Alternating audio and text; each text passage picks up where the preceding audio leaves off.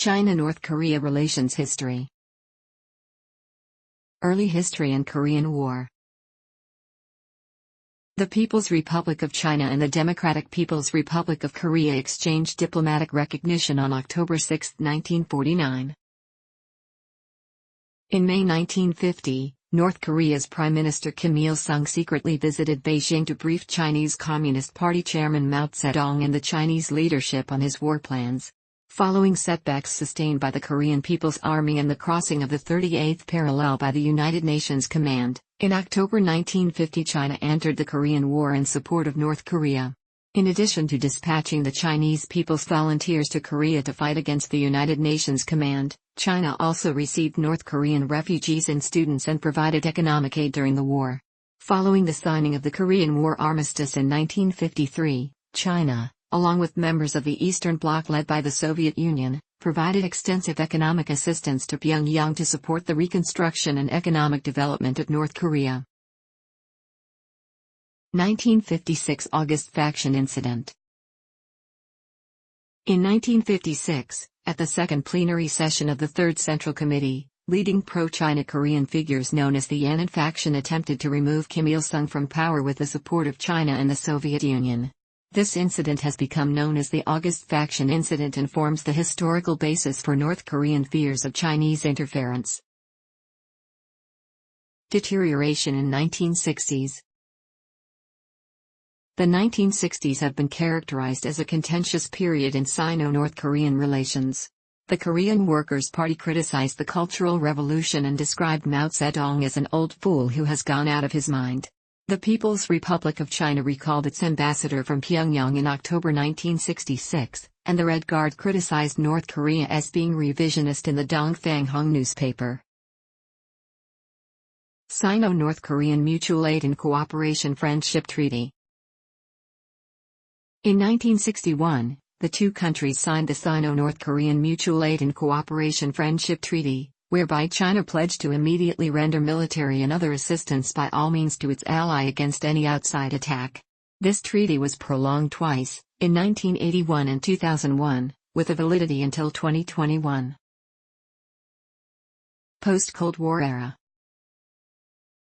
On January 1, 2009, Chinese paramount leader Hu Jintao and North Korean leader Kim Jong-il exchanged greetings and declared 2009 as the year of China-DPRK friendship, marking 60 years of diplomatic relations between the two countries. In August 2012, Jang Song-Veik, uncle of Kim Jong-un, met Hu Jintao, General Secretary of the Communist Party of China in Beijing.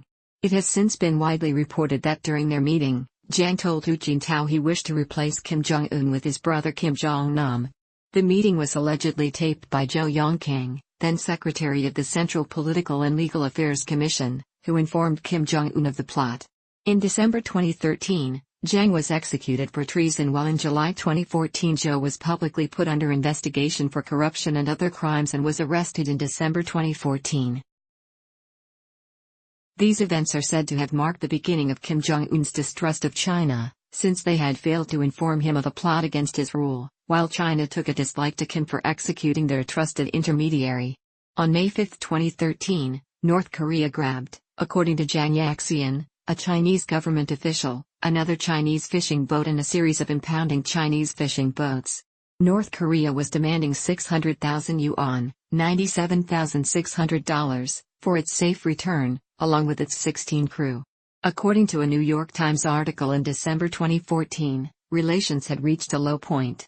In March 2016, the North Korean leader Kim Jong-un visited a missile factory, which China strongly condemned. In a report by the state newspaper The People's Daily revealed that the North Korean politics causes instability on the Korean peninsula and is comparable to the situation in Syria.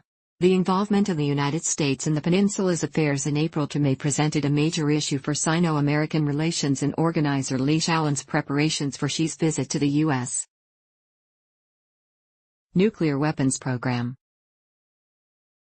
Since 2003, China has been a participant in six-party talks aimed at resolving the issue of North Korea's nuclear weapons program. The foreign minister of the People's Republic of China Yang Jieqi said that China resolutely opposed the 2013 North Korean nuclear tests conducted by North Korea. The North Korean ambassador to China, Ji Jae-ryong, was personally informed of this position on February 12, 2013 in a meeting with Yang Jiki. In 2016, right after the North Korean nuclear test in January, tensions between China and North Korea had further grown. The reaction of China was, "We strongly urge the DPRK side to remain committed to its denuclearization commitment, and stop taking any actions that would make the situation worse," spokesperson Hua Chunying said. On February 24, 2016, the United States and China introduced new sanctions against the North Korean regime conducted within the United Nations context. See also 2017 North Korean missile tests.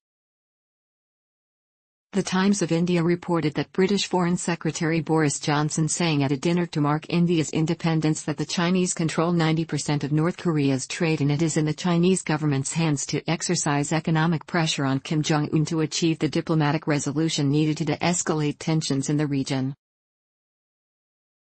2017 decline in relations. Due to Chinese support for sanctions against North Korea, relations in 2017 took a negative turn, with North Korean state media attacking China directly on at least 3 occasions. In February 2017, after China halted imports of coal from North Korea, the Korean Central News Agency, KCNA, said, "This country, China, styling itself a big power, is dancing to the tune of the US while defending its mean behavior with such excuses that it was meant not to have a negative impact on the living of the people in the DPRK but to check its nuclear program."